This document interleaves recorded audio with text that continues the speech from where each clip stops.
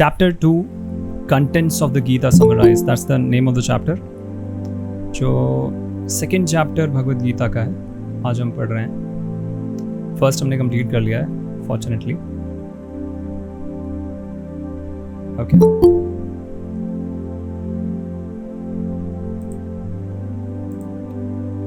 So first chapter हमने complete कर लिया और सेकेंड चैप्टर हम आज पढ़ने जा रहे हैं. Just a second.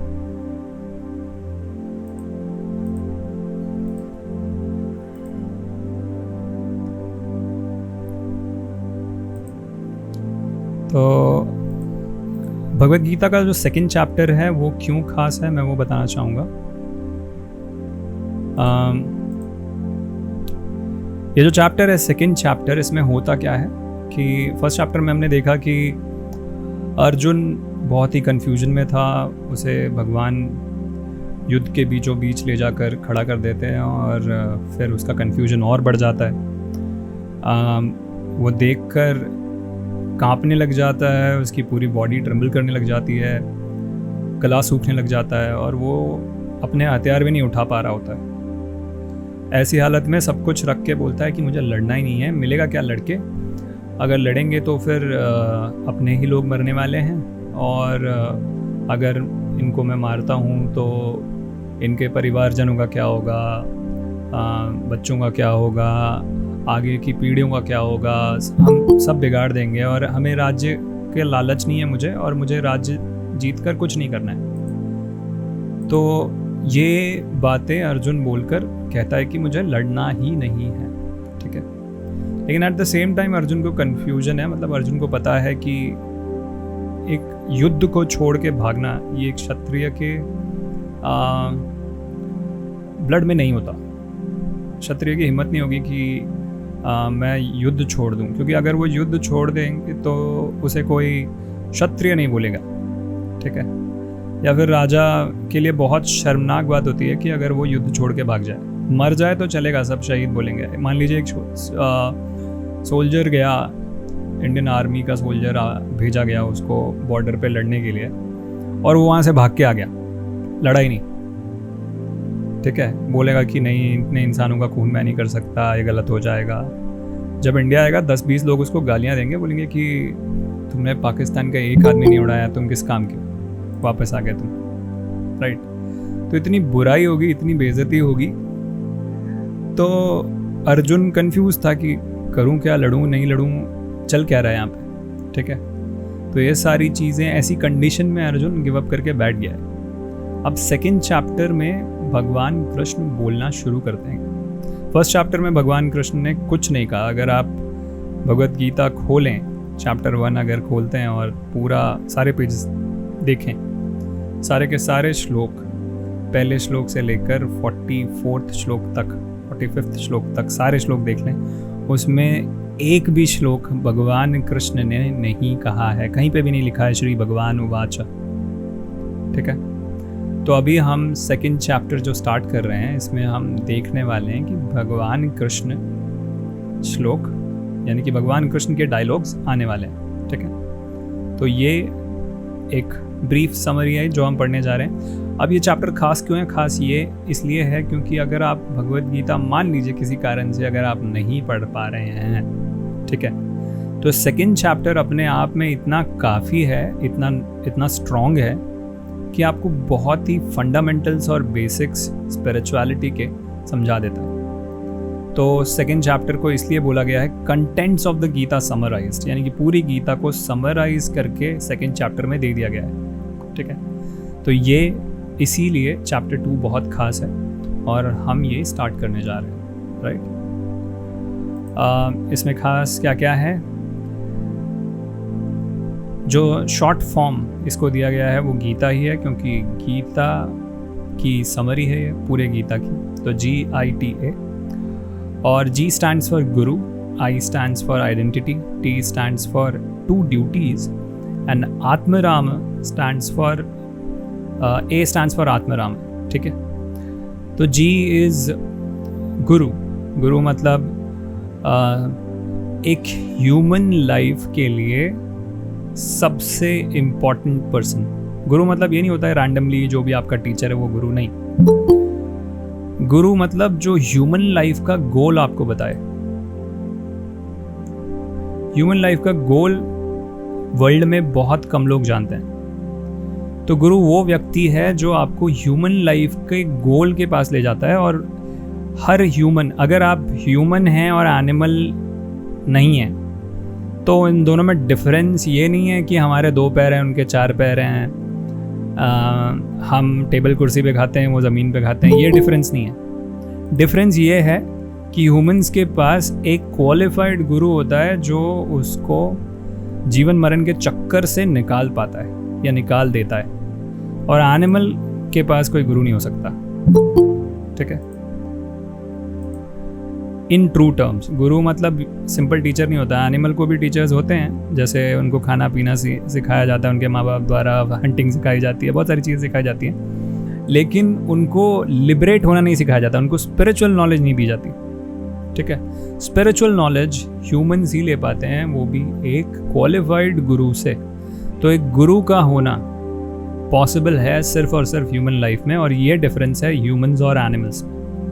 बाकी सारी चीज़ें सिर्फ क्लास का डिफरेंस है, स्टैंडर्ड का डिफरेंस है। हम टेबल कुर्सी पे खाते हैं, प्लेट्स में खाते हैं, कपड़े पहनते हैं, बस ये डिफरेंस। इससे हम ह्यूमन नहीं बनते।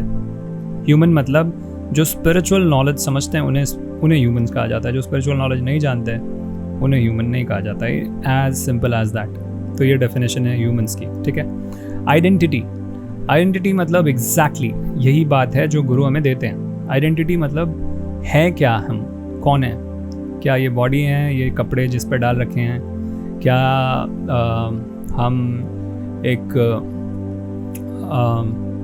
लेबल हैं जो हमारा नाम है, क्या वो हमारे लिए बहुत वैल्यूएबल है, क्योंकि सेम नाम तो हज़ारों लोगों के हो सकते हैं, राइट।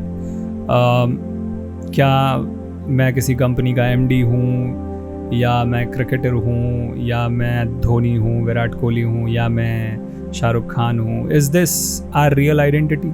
नहीं, हमारी ये रियल आइडेंटिटी नहीं है। रियल आइडेंटिटी क्या है वो भगवद गीता स्पेसिफिकली 11वें श्लोक से लेकर 30वें श्लोक के अंदर हमें बताएगी। ठीक है, फिर 2 ड्यूटीज़ होती हैं, एक मटीरियल, एक स्पिरिचुअल। मटीरियल ड्यूटीज़ कितनी इंपॉर्टेंट हैं, स्पिरिचुअल ड्यूटीज़ कितनी इंपॉर्टेंट हैं, वो हम दोनों समझेंगे 31 से 53। इतने सारे श्लोक हैं, 72 श्लोक हैं टोटल सेकेंड चैप्टर में। ठीक है, तो 31 से 53 इतने श्लोक हैं जो हमें समझने हैं 2 ड्यूटीज़ के बारे में। और आखिरी चीज़ है सेल्फ सेटिस्फैक्शन, आत्मराम, जो खुद में सेल्फ सेटिस्फाइड रहना। हमारी सबसे बड़ा चैलेंज हमारी लाइफ में यही है कि हम सेटिस्फाइड नहीं रह पाते, कोई और चाहिए, कुछ और चाहिए। जैसे हमारी लाइफ की सारी प्रॉब्लम एंड हो सकती हैं अगर हम सेटिस्फाई होना सीख जाएं। ठीक है, हम अपनी लाइफ में कुछ लोग इनकम से सेटिस्फाइड नहीं हैं, कुछ लोग पार्टनर से सेटिस्फाइड नहीं हैं, कुछ लोग अपनी लाइफस्टाइल से सेटिस्फाइड नहीं हैं, कुछ लोग अलग अलग चीज़ों से सेटिस्फाइड नहीं हैं। ठीक है, तो सेटिस्फाई रहना अगर हम सीख जाएं 54 से 72 में ये सिखाते हैं। इसलिए मैं कह रहा हूँ कि सेकंड चैप्टर जो है बहुत इंपॉर्टेंट है। एक मिस्टेक है, यहाँ पर लिखा है चैप्टर 1, वो मेरी गलती है, जस्ट मैं उसे करेक्ट कर देता हूँ। चैप्टर 2,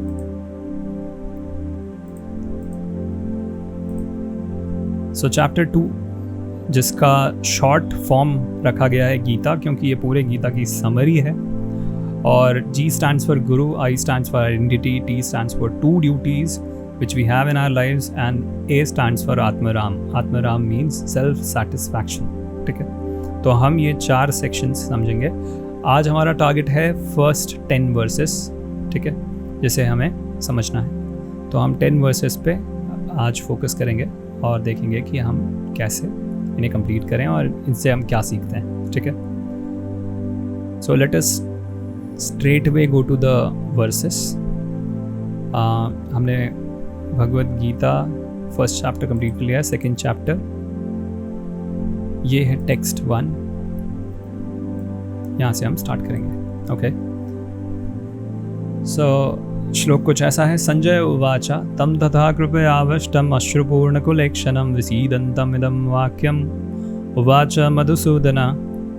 सो मधुसूदना, ये जो श्लोक है इसका ट्रांसलेशन हम किसी को सभी के लिए अपॉर्चुनिटी होगी कि वो एक एक वर्स का ट्रांसलेशन सिर्फ टेक्स्ट जो सेक्शन है उसे पढ़ें, ठीक है। तो हम स्टार्ट करेंगे एंटी अल्फ़ाबेटिकल ऑर्डर में, मतलब कि जो नाम लास्ट अल्फ़ाबेट्स हैं वो पहले पढ़ेंगे। जैसे विनय सोलंकी, क्या आप ये पढ़ेंगे? या विकास? जी प्रभु जी, हरे कृष्णा। हरे Krishna. Sanjay said, seeing Arjuna full of compassion, his mind depressed, his eyes full of tears, Madhusudana, Krishna, spoke the following words. Thank you Vikas. अब कहा किसने? संजय ने कहा। क्यों? संजय ऑब्जर्वर है, संजय पूरी चीज़ को ऑब्जर्व कर रहा है। तो वो ये बता रहे हैं कि अर्जुन को पूरे कन्फ्यूजन में और जिन आईज फुल ऑफ टीयर्स, मतलब उनको आंसू आ रहे हैं कि वो डिसीजन नहीं ले पा रहे हैं, लड़ें कि नहीं लड़ें, दुर्योधन ने इतना हार्म किया है, बहुत सारी चीज़ें, बहुत कंफ्यूज स्टेट में वो बैठा हुआ है और उसको समझ नहीं आ रहा क्या करें। और लाइफ में जब हमें समझ नहीं आता ना, तो हमें डिप्रेशन, स्ट्रेस, सब कुछ आता है। और अर्जुन का तो ये कंडीशन है कि he is going till tears, मतलब आंसू आ रहे हैं उनको।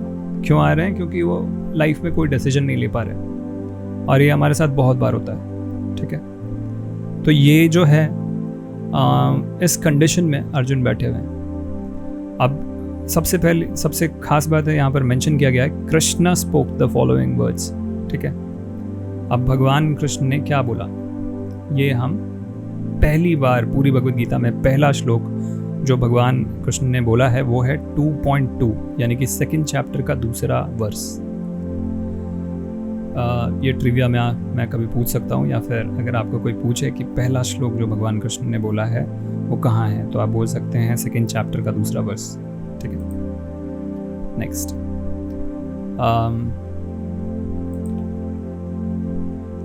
श्री भगवान उवाच। यहाँ एक खास बात आप मेंशन करना चाहूँगा मैं, आप ध्यान से देखें तो यहाँ लिखा है श्री भगवान उवाच। इसका मतलब होता है श्री भगवान ने कहा।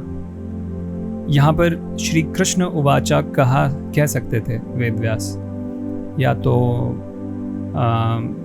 समवन उवाचा या कुछ भी उवाचा कह सकते थे। स्पेसिफिकली उन्होंने कृष्ण उवाचा नहीं बोला और श्री भगवान उवाचा कहा है। इसका एक पर्पज़ है। पर्पज़ ये है कि हमें ये क्लियर रहे कि कोई ऑर्डिनरी पर्सन ने नहीं कहा है, जिसने कहा है उनकी खास वैल्यू है। वैल्यू क्या है? वो भगवान है, कोई देवता भी नहीं है। इस संसार में देवता भी होते हैं, जैसे देवी देवता, बहुत सारे लोग हैं, ठीक है। लेकिन किसी देवी ने नहीं कहा है, किसी देवता ने नहीं कहा है। बहुत सारे कैटेगरीज होते हैं, जैसे किन्नर होते हैं, या फिर हेवनली सेलेस्टियल डांसर्स होते हैं, अप्सराएं होती हैं, बहुत सारे अलग अलग तरह के लिविंग स्पीशीज़ होते हैं जो ह्यूमन स्पीशीज़ से ऊपर हैं। लेकिन क्या वो भगवान है? नहीं, वो भगवान से जस्ट ऊपर हैं। तो देवी देवताओं से भी सबसे ऊपर जो हैं, उनका नाम नहीं बोला गया है, उनकी पोजीशन बताई गई है। क्या है पोजीशन? पोजीशन है श्री भगवान उवाचा, भगवान ने कहा। अब उन्होंने क्या कहा? कुतस्त्वकश्मलमिदं विषमे समुपस्थितम अनार्य जोष्टम अस्वर्ग्यम अकीर्तिकरम अर्जुना। तो ये कह रहे हैं भगवान, कुतस्त्वकश्मलमिदं, कहाँ से मल मतलब कि बुराई या फिर गंदगी, तुम्हारे अंदर ये गंदगी आई कहाँ से? अनार्य जुष्टम, अनाड़ियों की तरह बातें कर रहे हो। अस्वर्ग्यम, जो तुम्हें स्वर्ग की तरफ नहीं ले जाती। अस्वर्ग्य मतलब स्वर्ग का ऑपोजिट होता है हेल, नरक की तरफ जाने की बातें कर रहे हो तुम। अकीर्तिकरम, ये तुम्हारे लिए अकीर्ति लाएगी ये बातें जो तुम कह रहे हो। अकीर्तिकरम अर्जुन, ठीक है। तो ये भगवान कृष्ण कह रहे हैं। आइए हम इसे पढ़ते हैं। लास्ट पढ़ा था विकास ने। विचक्षणा, आप इसे पढ़ेंगे? Hare Krishna Prabhuji. Hare Krishna. The Supreme Personality of Godhead said, "My dear Arjun, how have these impurities come upon you? They are not all befitting a man who knows the value of life. They lead not to higher planets but to infamy." सो भगवान कृष्ण एक चीज़ mention कर रहे हैं यहाँ पर खास कि not be fitting a man who knows the value of life. अब लाइफ की वैल्यू क्या है वो अर्जुन को पता है, और कृष्ण ये बहुत क्लियरली हमें बता रहे हैं कि अर्जुन को लाइफ की वैल्यू पता है, फिर भी वो बेवकूफ़ों जैसी बातें कर रहा है. बेवकूफ़ों जैसी बात क्या है यहाँ पर, और क्या है ऐसी बात जो कृष्ण कह रहे हैं कि वैल्यू ऑफ लाइफ पता है तुम्हें, फिर भी तुम बेवकूफ़ों जैसी बात कर रहे हो. बेवकूफ़ों की बात क्या है? अगर हमने देखा फर्स्ट चैप्टर, अगर हमें याद हो तो फर्स्ट चैप्टर में भगवान को अर्जुन ने ये कहा है कि मुझे नहीं लड़ना क्योंकि अपने लोग मारे जाएंगे, अगर मैं इनको मारता हूँ तो इनके परिवार का क्या होगा, अगर इनको मारेंगे तो पाप लगेगा, ये हमसे एल्डर्स हैं, इनमें से कुछ मेरे टीचर हैं, कोई मेरे ग्रैंडफादर्स हैं, मैं इनको अटैक करूँगा तो ये गलत है, ये सारी चीज़ें सही नहीं हैं. अब मुझे बताइए इनमें से क्या चीज़ें सही हैं? इसमें से कुछ भी सही लग रहा है? मतलब सारी चीज़ें ऑफ कोर्स अर्जुन सही कह रहा है, लेकिन इसमें से कुछ भी हमें गलत नहीं लगेगा. हमें लगेगा कि अर्जुन जो भी कह रहा है बिल्कुल सही है, अपने परिवारजन को नहीं मारना चाहिए, अपने से एल्डर्स पे अटैक नहीं करना चाहिए. सही बातें तो कह रहा है अर्जुन, ठीक है, ये सारी बातें सही तो हैं. तो क्यों भगवान कृष्ण उल्टा बोल रहे हैं? भगवान कृष्ण क्यों बोल रहे हैं मारो मारो? भगवान कृष्ण क्या वायलेंस को प्रमोट करते हैं? बहुत सारे लोग बोलते हैं कि भगवत गीता वायलेंस को प्रमोट करती है, या फिर महात्मा गांधी बोलते हैं नॉन वायलेंस को प्रमोट करती है. क्या दोनों में से कौन सही है? क्या लोग जो कह रहे हैं वो सही है? क्या महात्मा गांधी जो कह रहे थे वो सही है? क्या सही है? कोई बताना चाहेगा? एनीवन? दोनों में से कौन सी है? कितने? अच्छा, हैंड रेज करना है. कितने लोग कहते हैं महात्मा गांधी के फेवर में कि भगवत गीता हमें अहिंसा सिखाती है? हैंड रेज कीजिए. ओके, किसी ने हैंड रेज नहीं किया. ओके, रिद्धि ने हैंड रेज किया. कितने लोगों को लगता है कि भगवत गीता वायलेंस सिखाती है? हैंड रेज कीजिए. ओके, आरती जी ने हैंड रेज किया कि भगवत गीता वायलेंस सिखाती है. और जिन्होंने दोनों में से किसी में हैंड रेज नहीं किया वो सभी सही हैं. क्यों सही हैं? क्योंकि भगवत गीता दोनों में से कुछ नहीं सिखाती.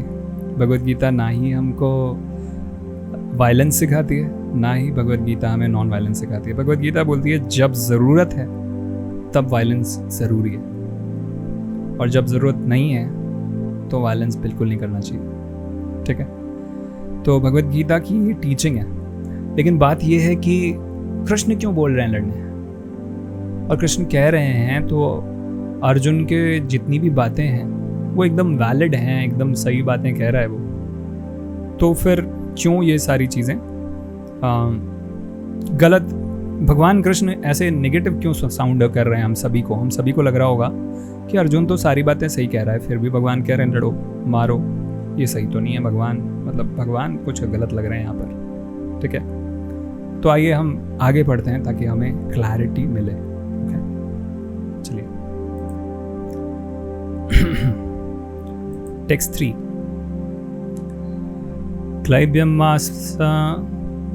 क्लैब्यमास्मगम पार्थ नैतत्त्वयि उपपद्यते शुद्रम हृदय दौर्बल्यम त्यक्त्वोत्तिष्ठ परन्तप.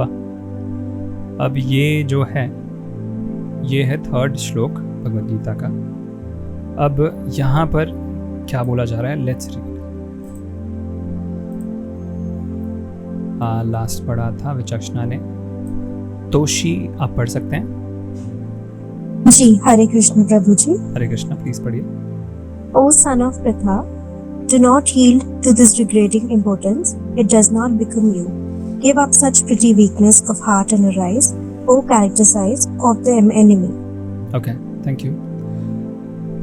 Son of Pritha. यानी कि पृथु महाराज के डायनेस्टी में, ठीक है। Do not yield to degrading importance, मतलब तुम एकदम इम्पोर्टेंट मतलब वो पर्सन जो जिसके लिए बना है वो कर नहीं रहा, ठीक है। अब अर्जुन एकदम ऐसे वॉरियर हैं जो अकेले लड़ने जाएं तो सबको हरा के आ सकते हैं, अकेले पूरे वॉर को जीत के आ सकते थे अर्जुन, ठीक है। लेकिन उनके ये कन्फ्यूजन के कारण या उनकी इस इमोशनल डिस्टर्बेंस के कारण वो एक्ट नहीं कर पा रहे थे। हम सबकी लाइफ में आपने भी ये फेस किया होगा कि आप में कई बार कैपेसिटी होती है लेकिन किसी इमोशनल कारण से आप कई बार उस चीज़ को नहीं कर पाते। जैसे मतलब इमोशंस हमारे लिए बहुत ही इम्पॉर्टेंट और स्ट्रॉन्ग चीज़ें भी हैं और कई बार हमें वीक बनाने के भी काम कर सकते हैं। तो हमें इमोशन हैंडल करना भगवद गीता बहुत अच्छे से सिखाती है।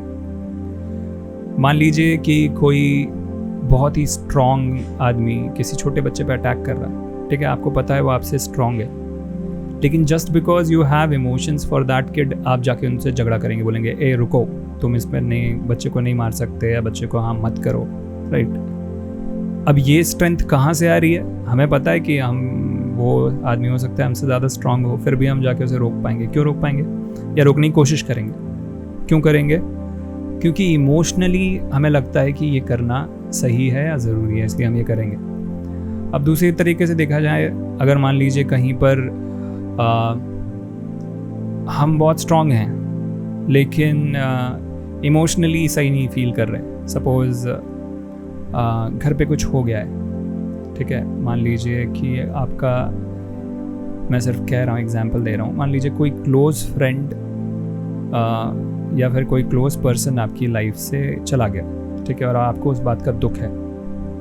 उस दिन आपका कोई एग्ज़ाम है, आप एग्ज़ाम देने जा रहे हो, भले आपने कितनी भी तैयारी की हो, आपके दिमाग में बार बार ये डिस्टर्बेंस आएगा कि you have lost something very important, and आप वो एग्ज़ाम आपकी बेस्ट कैपेसिटी में देना आपके लिए बहुत मुश्किल होगा।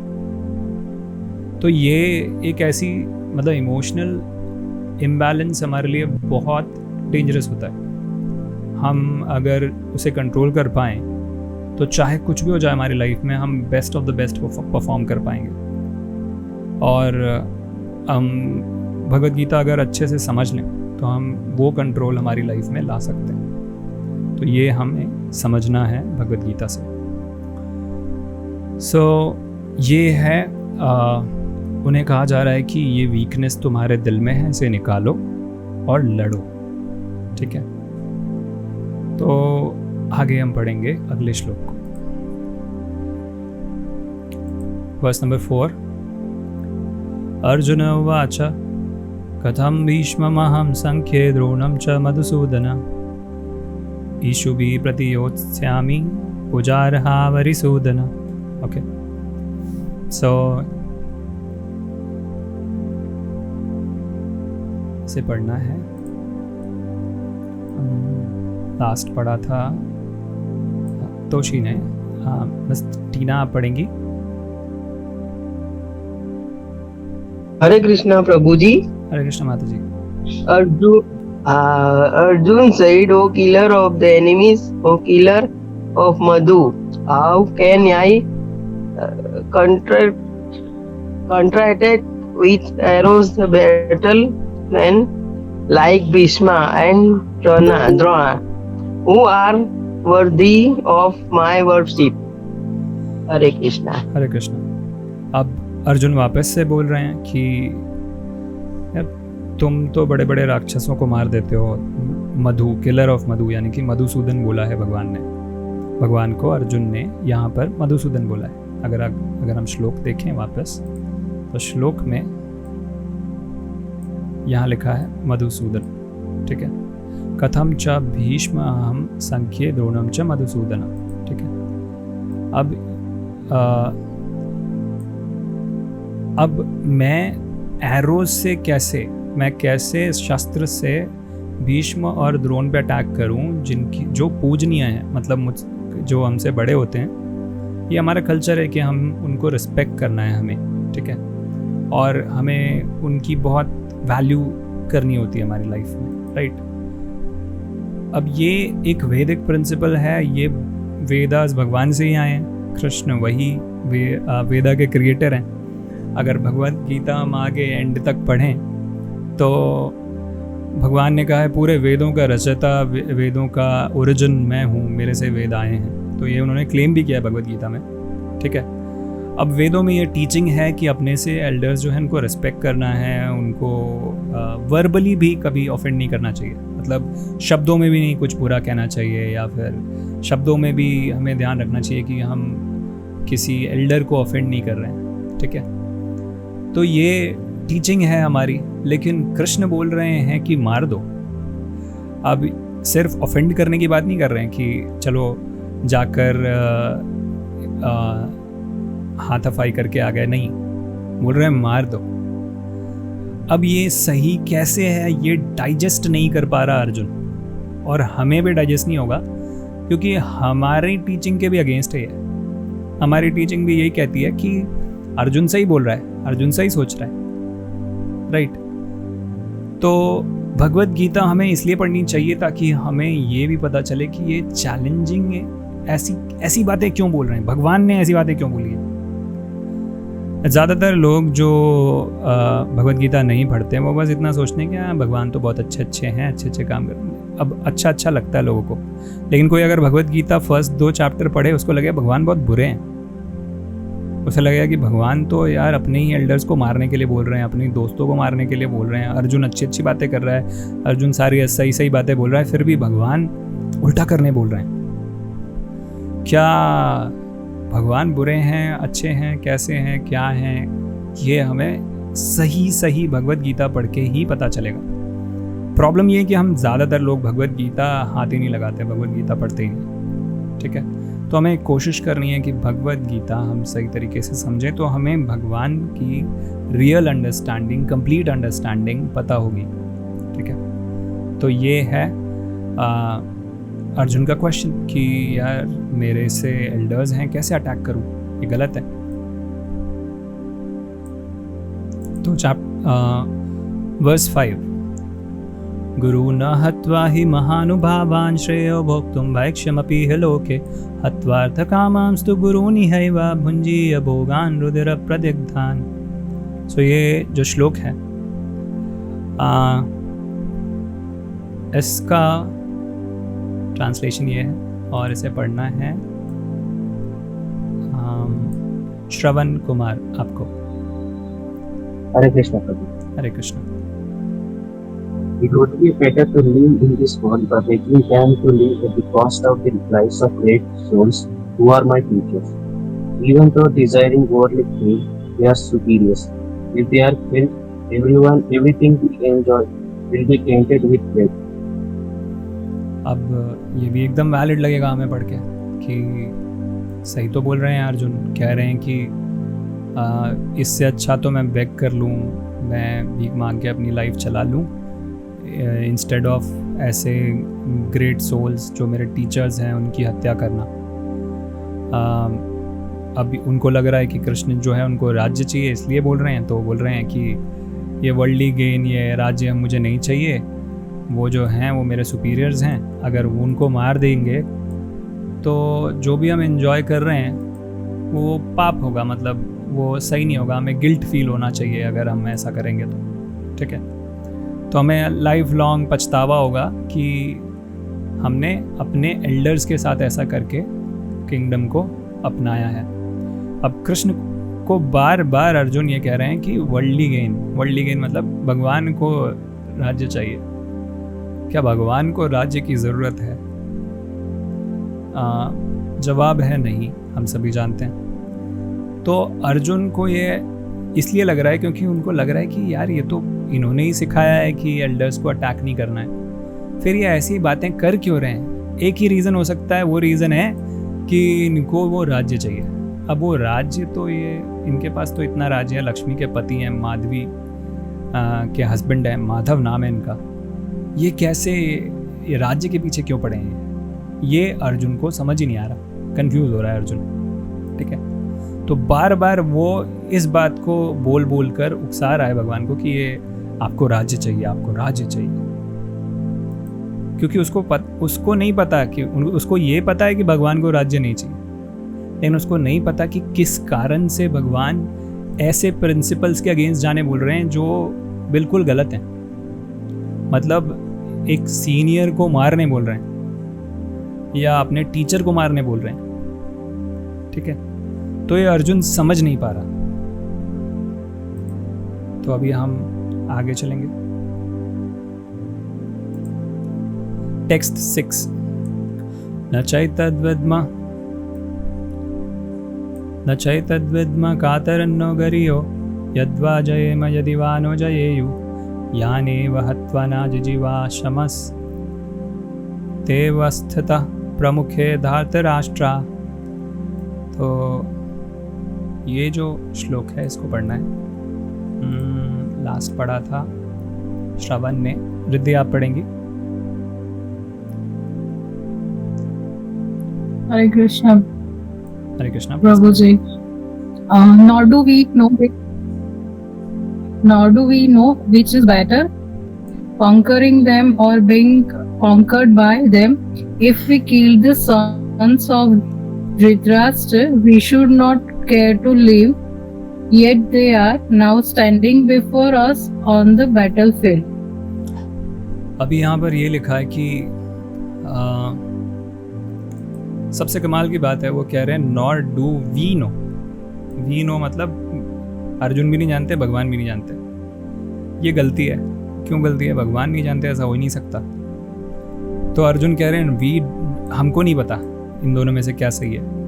कॉन्करिंग देम और बीइंग कॉन्कर्ड। अब जीतना चाहिए उनके ऊपर या फिर हार जाना चाहिए, ये हमें समझ नहीं आ रहा।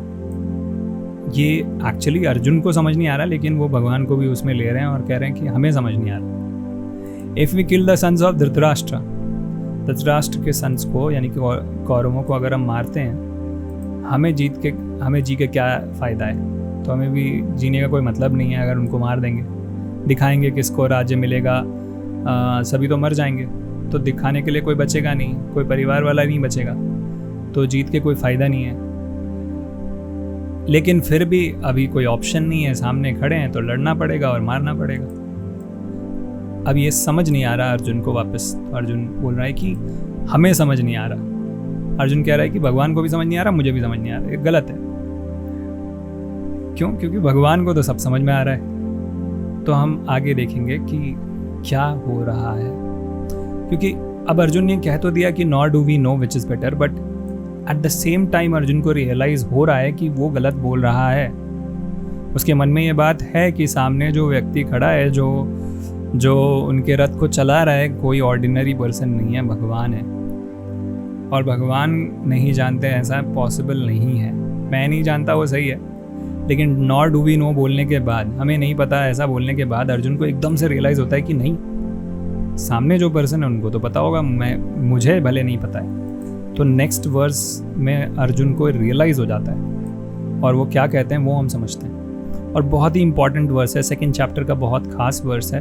तो मैं चाहूँगा सब लोग इसे मार्क कर लें, कहीं ना कहीं लिख लें कि वर्स नंबर 2.7 वो श्लोक है जहाँ पर अर्जुन को रियलाइज़ होता है कि कृष्ण से हेल्प लेनी है। अभी तक वो हेल्प नहीं ले रहे थे, अभी तक वो सलाह मशवरा मतलब ऐसी बातें कर रहे थे जिससे कि आर्ग्यूमेंट कर रहे थे या फिर जवाब दे रहे थे या फिर अपने व्यूज़ रख रहे थे। बहुत देर तक अपने व्यूज़ रखते रहे वो। अभी तक हमने जो भी सुना है ये अर्जुन के व्यूज़ हैं। तो अर्जुन के सारे व्यूज़ कृष्ण भगवान ने उनको सुनाने दिए। अब अर्जुन ने सारे सुना लिए। अब सुनाने के बाद अर्जुन ने सरेंडर कब किया? पहला पूरा चैप्टर खा गया, मतलब पूरा चैप्टर बोलता रह गया, लेकिन सेकेंड चैप्टर के 7th वर्स में आके अर्जुन ने सरेंडर किया। तो हम वो देखेंगे कि क्या एग्जैक्टली श्लोक में बोला गया है। तो वर्स नंबर 7 यहाँ पर ये बोला गया है, कार्पण्य दोषोपहता स्वभाव पृच्छामि त्वां धर्म सम्मूढ़ चेता यच्छ्रेयस्यान्यश्च तं ब्रूहि तन्मे शिष्यस्ते हम शाधिमां त्वां प्रपन्नम। अब ये जो श्लोक है यहाँ क्या बोला गया है हम इसे पढ़ेंगे। लास्ट पढ़ा था रिद्धि ने। राहुल आप पढ़ेंगे? Hare Krishna, Prabhu. Hare Krishna. Now I am confused about my duty and have lost all composure because of miserly weakness. In this condition, I am asking you to tell me for certain what is best for me. Now I am your disciple and a soul surrender unto you. Please instruct me. Hare Krishna. Thank you Rahul.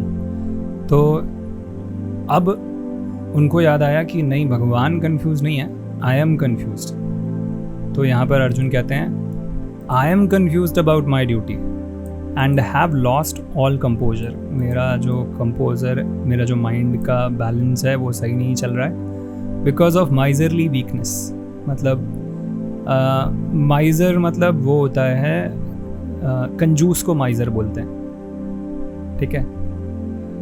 Miserly मतलब एक ऐसा व्यक्ति जिसके पास resource हैं लेकिन resource use नहीं कर पाता या रिसोर्स यूज़ करने में घबराता है, उसे बोलते हैं कंजूस, ठीक है। तो यहाँ पे अर्जुन का भी सेम प्रॉब्लम है। उसके पास बुद्धि है, दिमाग है, इंटेलिजेंस है, सब कुछ, लेकिन यूज़ नहीं कर पा रहा है। क्यों? दिमाग चलाने में थोड़ी कंजूसी हो रही है उससे। तो इसके कारण उसको ये उसकी वीकनेस है। तो अर्जुन कह रहा है कि मेरा दिमाग काम नहीं कर रहा और मैं बहुत कंफ्यूज हूँ और मुझे अपनी ड्यूटी समझ नहीं आ रही है कि मुझे क्या करना चाहिए। ये या लड़ूँ या नहीं लड़ूँ, मुझे समझ नहीं आ रहा। In this condition I am asking you to tell me. अब इस कंडीशन में किससे पूछ रहे हैं? यू, यानी कि भगवान कृष्ण। अगर आप एक चीज़ देखें, ये जो भगवत गीता है प्रभुपाद ने जो कंपाइल किया, उसमें जहाँ पर भी कृष्ण के लिए कोई वर्ड आता है उसका फर्स्ट लेटर हमेशा कैपिटल लिख दिया जाता है। जैसे यू लिखा है यहाँ पर, तो देखा जाए तो ग्रामेटिकली यहाँ पर वाई स्मॉल होना चाहिए था, लेकिन क्योंकि ये कृष्ण को दर्शाता है, भगवान कृष्ण को दर्शाता है, इसलिए हमेशा कैपिटल वाई लिखा जा रहा है ताकि हमें पता चले कि ये जो यू है ये भगवान कृष्ण के लिए यूज़ हुआ है, ठीक है। To tell me for certain what is best for me, now I am your disciple. अब यहाँ पर हमें एक बात समझ में आती है कि अर्जुन को भले वो कंफ्यूज्ड है, भले वो अपनी लाइफ में डिसीजन नहीं ले पा रहा, भले उसको कुछ क्लैरिटी नहीं मिल रही, लेकिन उसको ये पता है कि किसको सरेंडर करना है और किससे पूछना है। हम सब की प्रॉब्लम ये है कि हम भी कंफ्यूज्ड होते हैं, हमें भी बहुत सारी प्रॉब्लम आती हैं, लेकिन हमें ये नहीं पता होता किसको सरेंडर करना है और किसको पूछना है। हम किसी को भी पूछ लेते हैं या फिर कई बार तो कुछ भी नहीं पूछते किसी को, हम अपने आप को ही पूछते रहते हैं, जवाब मिलता नहीं है, बहुत देर तक, बहुत दिन निकाल देते हैं स्ट्रेस में, डिप्रेशन में, और कई बार सिचुएशन और ज़्यादा बिगड़ जाती है। तो हमें अगर हमारी लाइफ के फंडामेंटल्स क्लियर हों, अगर हमें फंडामेंटली ये पता हो कि किसको पूछना चाहिए या क्या सही कोर्स ऑफ एक्शन है ऐसी कंडीशन में, तो आधी प्रॉब्लम वहाँ सॉल्व हो जाती है। अर्जुन की सबसे खास बात यह है कि उसको पता है किसको पूछना। तो आई एम योर डिसाइपल, भले वो उनके ड्राइवर हों, टेक्निकली देखा जाए तो लोगों की आंखों में कृष्ण छोटी पोजीशन पे बैठे हैं, वो ड्राइविंग पोजीशन पे बैठे हैं, और अर्जुन जो हैं वो हायर पोजीशन पे बैठे हैं, वो मतलब वहाँ पे राजा हैं, ठीक है। तो उससे भी फ़र्क नहीं पड़ता। फ़र्क किससे पड़ता है? स्पिरिचुअली कौन ऊपर है। स्पिरिचुअली कृष्ण ऊपर है। स्पिरिचुअली कृष्ण मतलब सुप्रीम है ऑफ कोर्स, तो स्पिरिचुअली उनसे कंपेयर करना तो कोई सेंस ही नहीं बनता, लेकिन स्पिरिचुअली अगर कोई अर्जुन से ऊपर है तो अर्जुन मस्ट रिस्पेक्ट हिम, ठीक है। And a soul surrendered unto you, please instruct me. तो अर्जुन अभी तक तो आंसर बैक कर रहे थे, काउंटर क्वेश्चन कर रहे थे, बहुत सारे रीजंस दे रहे थे, लेकिन जब उनको रियलाइज़ हुआ कि नहीं, मैं कंफ्यूज हूँ, मुझे क्लैरिटी नहीं है, भगवान सामने जो हैं वो भगवान हैं, तो ही सरेंडर्ड एंड ही सेड कि मुझे इंस्ट्रक्शन आप दो, ठीक है। तो ये एक ख़ास चीज़ है जो हमें यहाँ नोटिस करनी चाहिए, और ये है वर्स नंबर 2.7। तो मैं ये कह रहा था कि इसे मार्क कर लें, याद रखें। यहाँ पर अर्जुन ने इस वर्स पे भगवान को सरेंडर कर दिया, ठीक है। अब 2.8, न हि प्रपश्यामि ममापानुद्याद् यच्चोकं चोषणम् इंद्रियाणाम् अवाप्य भूमावसवत्नं वृद्धं राज्यं सुरानामपि चाधिपत्यम। ठीक है, सो ये जो श्लोक है इसका ट्रांसलेशन है यहाँ पर, और इसे पढ़ना है। लास्ट पढ़ा था राहुल ने। प्रिया आप पढ़ेंगे इसे?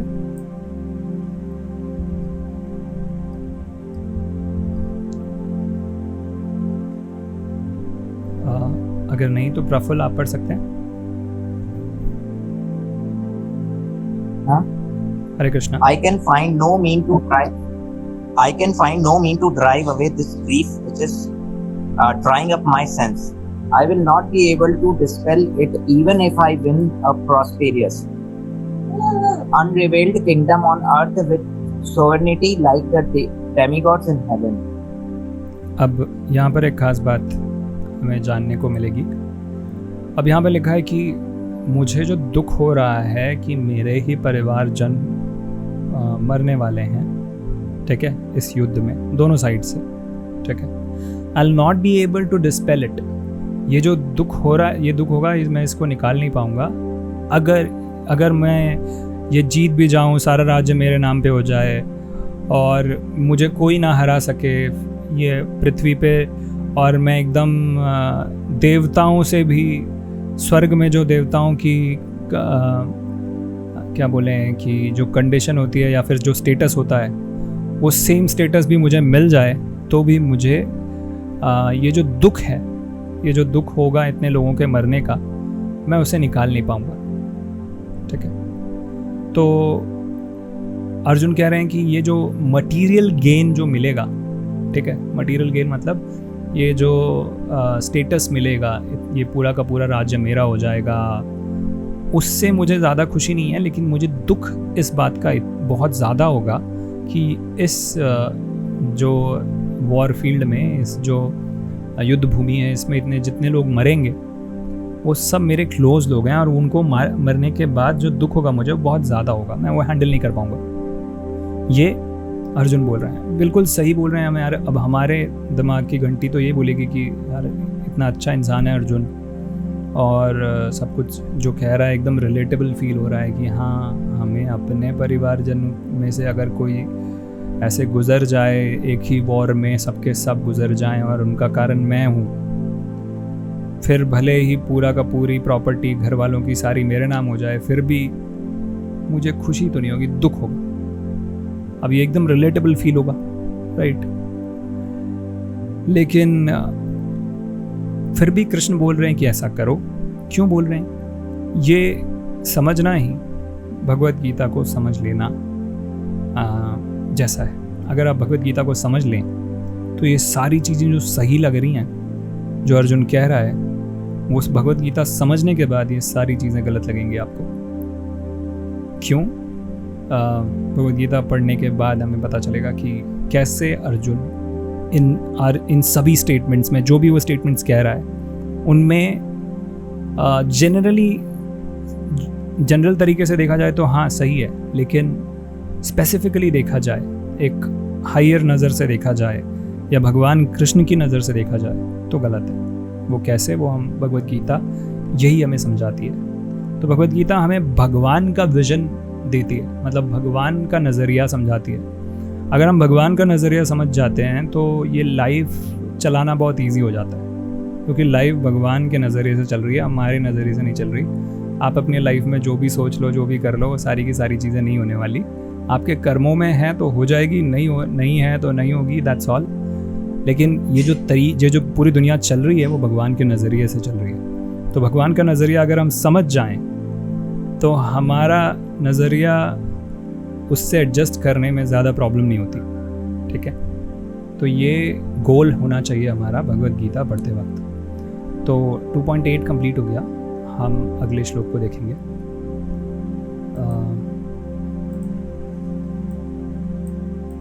2.9 संजय उवाच एवमुक्त्वा ऋषिकेशं गुडाकेशः परन्तप न योत्स्य इति गोविन्दम् उक्त्वा तूष्णीं बभूवः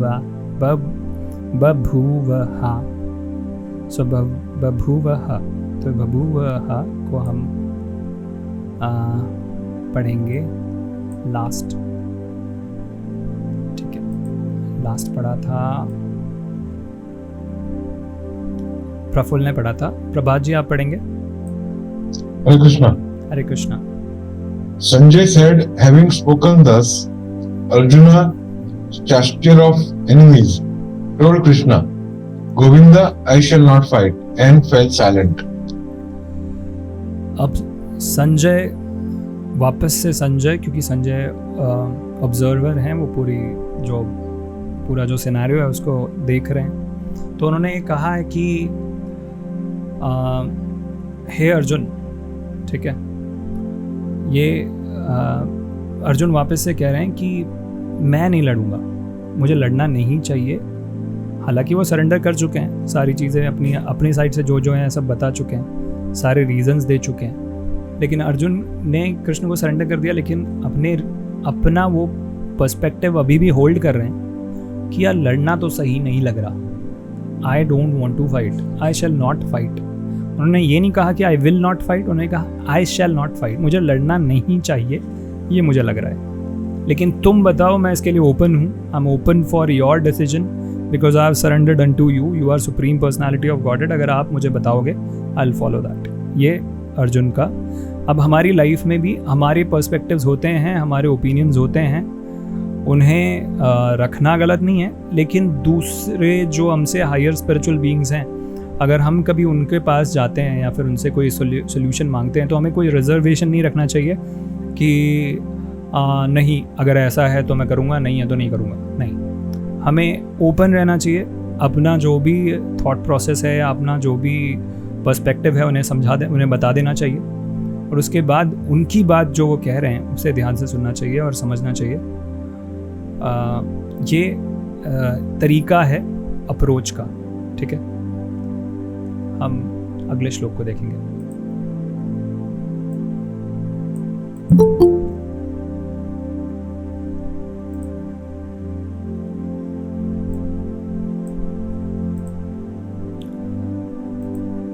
तो आज का जो लास्ट श्लोक है वो ये है, तम उवाच ऋषिकेशः प्रसन्न इव भारत सेनयोरुभयोर्मध्ये विसीदन्तम् इदं वचः। अब ये जो है यहाँ पर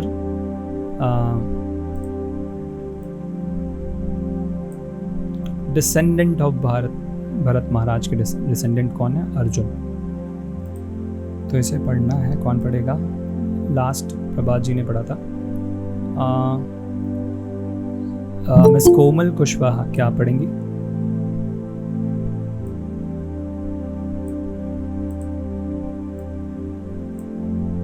अगर नहीं तो फिर ईशा आप पढ़ेंगी?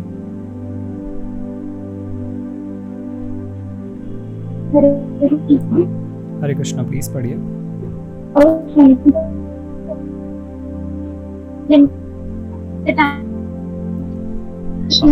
सॉरी ईशा, क्लियर नहीं है।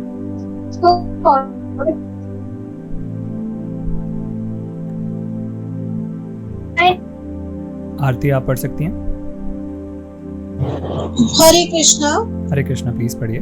O descendant of Bharat, at the time Krishna smiling in the midst of both the armies spoke the following words to the grief-stricken Arjuna. Okay, अब यहाँ पर कह रहे हैं कि कृष्ण जो हैं, अब इस कंडीशन में अर्जुन को तो आंसू आ रहे हैं, अर्जुन तो रोने की जैसी हालत में है, क्योंकि उन्हें समझ नहीं आ रहा करें तो करें क्या। सरेंडर कर दिया उन्होंने भगवान को, लेकिन अब भगवान जो हैं वो मुस्कुरा रहे हैं। क्यों? भगवान इस बात से खुश हैं कि अर्जुन ने सरेंडर कर दिया है। ठीक है, भगवान को इस बात से बहुत खुशी होती है जब हम भगवान की तरफ जाते हैं, भगवान के ओपिनियन को सुनने को खुश हो जाते हैं, भगवान के इस ओपिनियन को समझने को तैयार हो जाते हैं। तो this gives pleasure to I would say Krishna. इस बात से भगवान को खुशी होती है। मतलब क्यों खुशी होती है? इसलिए क्योंकि अगर आप माता पिता, मान लीजिए हम माता पिता से कोई आर्ग्यूमेंट है, अब उसमें हम अपना आर्ग्यूमेंट प्रेजेंट करते रहें तो इससे माता पिता को खुशी नहीं होगी। क्यों? क्योंकि वो हमारी भलाई चाहते हैं, दुनिया उन्होंने हमसे बेहतर देखी है, तो उनका जो ओपिनियन होता है वो हमेशा हमारे बेहतर ज़िंदगी के लिए होता है, बेहतर लाइफ के लिए होता है।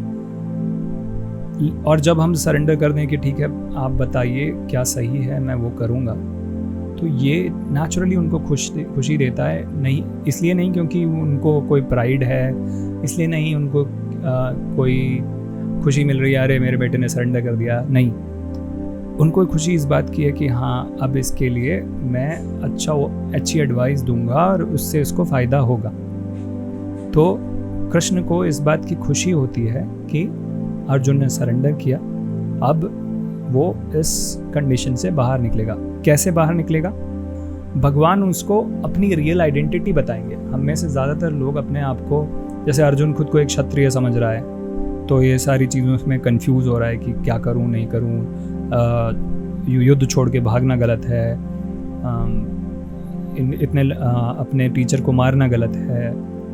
ये सारी चीज़ों में सही गलत में फंस गया है अर्जुन को समझ नहीं आ रहा है सही क्या है गलत क्या है, करना चाहिए नहीं करना चाहिए, क्लैरिटी नहीं है उसको। अब ये क्लैरिटी तब आएगी जब हम खुद को जानें, हम हैं कौन, हमें क्यों बनाया गया है, इस दुनिया में क्यों भेजा गया है, क्या पर्पस से हम आए हैं, गोल क्या है हमारी लाइफ का, हमें क्या करना चाहिए क्या नहीं करना चाहिए, क्या है हमारी पोजीशन इस पूरे क्रिएशन में। भगवान ने ये पूरा क्रिएशन बनाया है क्या सिर्फ इसलिए बनाया है कि हम अपनी एक लाइफ चलें, बड़े हों, स्कूल जाएं, पढ़ाई करें, जॉब करें, शादी करें, बच्चे करें, उनको पढ़ाएं, फिर वो भी स्कूल जाएं, वो भी सब कुछ करें और ये साइकिल चलती रहे? क्या भगवान ने इसलिए बनाया साइकिल चलाने के लिए? नहीं,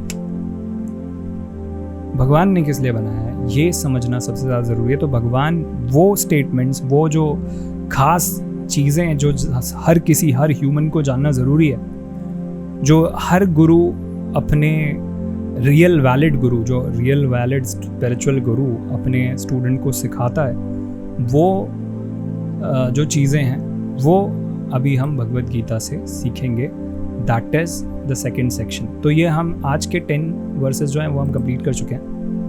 तो ये जो फर्स्ट सेक्शन था that is called Guru, ji for गुरु, ठीक है। तो हमने ये फर्स्ट 10 जो वर्सेस हैं वो कंप्लीट किए हैं। अब हम कल गुरु के इंस्ट्रक्शंस जो हमारी आइडेंटिटी के बारे में हैं वो जानेंगे 11 to 30, मतलब 11वें श्लोक से लेकर 30वें श्लोक तक। ये हम अगले सैटरडे स्टडी करेंगे, ठीक है। मेरा क्वेश्चन है कि जब भगवान खुद वहां पर प्रेजेंट थे, वो भी श्री कृष्ण जिन्होंने इस पूरी धरती को बनाया और सबको बनाया, तो वो चाहते तो युद्ध रोक सकते थे, उन्होंने युद्ध को क्यों नहीं रोका? वो क्यों चाहते थे कि युद्ध? तो भगवान को हमारी बॉडी के चेंज होने से प्रॉब्लम नहीं है, भगवान को प्रॉब्लम है हमारे यहीं रहने से। अगर हमारी बॉडी चेंज हो गई, हमने ये ह्यूमन बॉडी जाने दी, तो नेक्स्ट लाइफ में हम भगवान के पास जाने के बारे में नहीं सोच पाएंगे। सिर्फ ह्यूमन लाइफ में हमारे पास ये इंटेलिजेंस, ये ब्रेन होता है जब हम भगवान के पास जाने के बारे में सोचें, ठीक है। तो भगवान ने जानबूझकर एक सिनेरियो क्रिएट किया है या एक मैसेज क्रिएट किया है जो हम तक पहुँचे और ह्यूमन लाइफ में हम उसका इस्तेमाल करें और भगवान की तरफ वापस जाने के बारे में स्टेप ले पाएँ हम। अदरवाइज़ क्या होगा, ये मैसेज किसी को आसानी से नहीं समझ में आएगा और ये किसी के पास नहीं पहुंचेगा। तो भगवान ने एक स्टेज क्रिएट किया है। स्टेज में क्या होता है, सब नकली प्रॉप पहनते हैं, नकली ड्रेसेस पहनते हैं और एक मैसेज कन्वे करते हैं। तो इन द सेम वे जो मटेरियल वर्ल्ड है, इसमें ये कुछ असली नहीं है। हम सब आत्माएं, हमारी रियल आइडेंटिटी कुछ और है। हम सब ने अलग अलग रोल ले रखा है। मैं कुणाल बना हूँ, आप आरती बनी हैं, आप किसी की मदर हैं, आप किसी की वाइफ हैं, मैं किसी का सन हूँ। तो हम सब अलग अलग रोल प्ले कर रहे हैं। अगली लाइफ में आप किसी और की डॉटर होंगी, आप किसी और की वाइफ होंगी, आप किसी और की मदर होंगी, सब कुछ चेंज हो जाएगा और ये रोल बदलता रहेगा। लेकिन कृष्ण बोल रहे हैं ये रोल प्ले में मत पड़े रहो, बस इस रोल से बाहर आने के लिए ये जो मैसेज है मेरा, ये समझ लो, इसमें ये प्ले है, इस प्ले में ये सब लोग लड़े हैं और ये इसमें मारा मारी हुई है, बहुत लोग मरे हैं, उनकी बॉडीज मरी हैं, कृष्ण को उससे कोई प्रॉब्लम नहीं है। आई होप समझ में आए।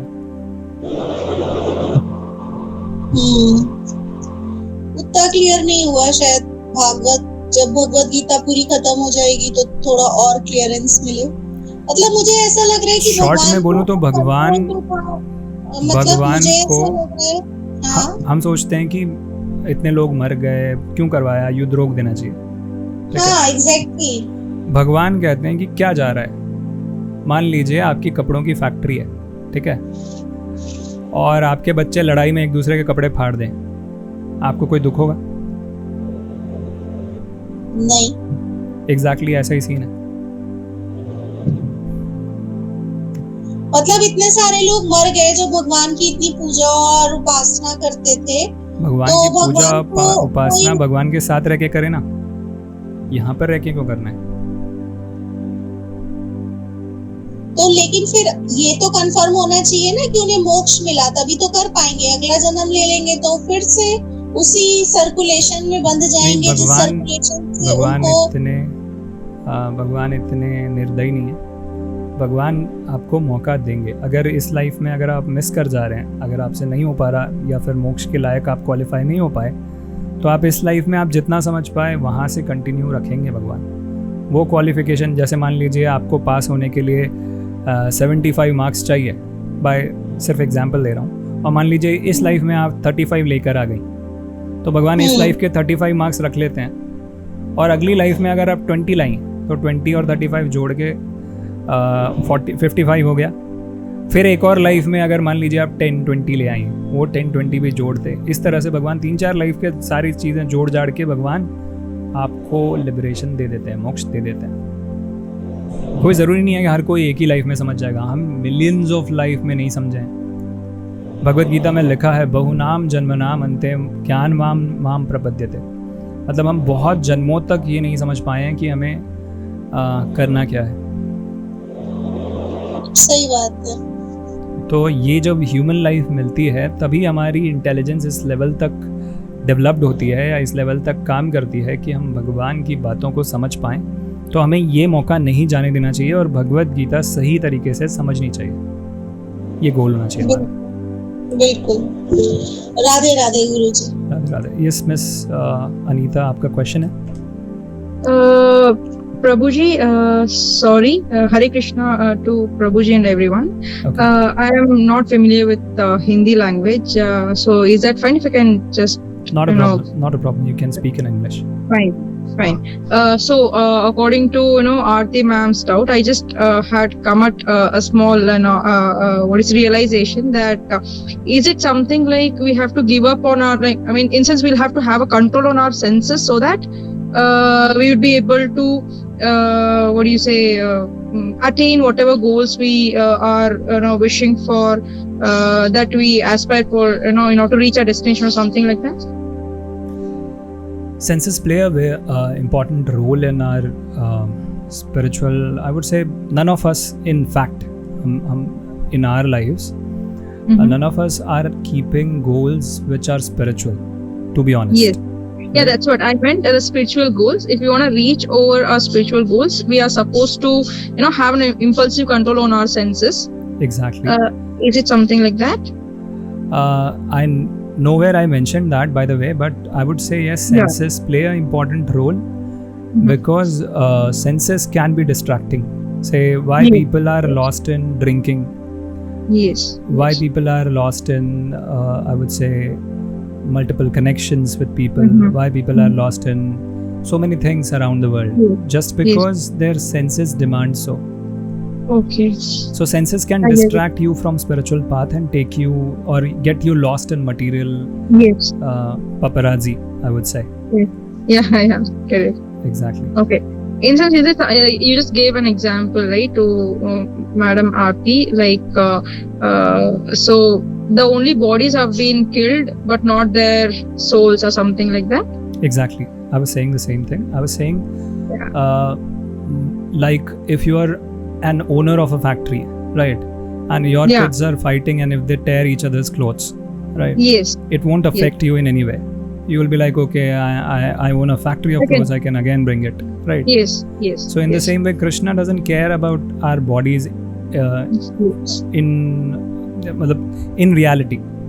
Okay. He just worries about, okay, he has human life now, whether Okay. he will make use of it, or he or she will make use of it and take a step towards me, or waste it in material life. That's what he's concerned Alright. about. He's not concerned about whether we will live or die, we will kill, we will get killed. That is not the problem for Krishna. Krishna is like, okay, even if you are getting killed by some any problem or some past karma, because of that you're getting cancer, disease, this, that, whatsoever. Krishna is saying that is not the problem. Are you taking a step towards spirituality? Are you making spiritual progress in the lives you are getting as a human? That's what Krishna's concern is. All right. I get it. Thank you so much. Okay. Hare Krishna. Hope that answers. And Yes. Anyone else? Anyone else has any question? Can raise their hand.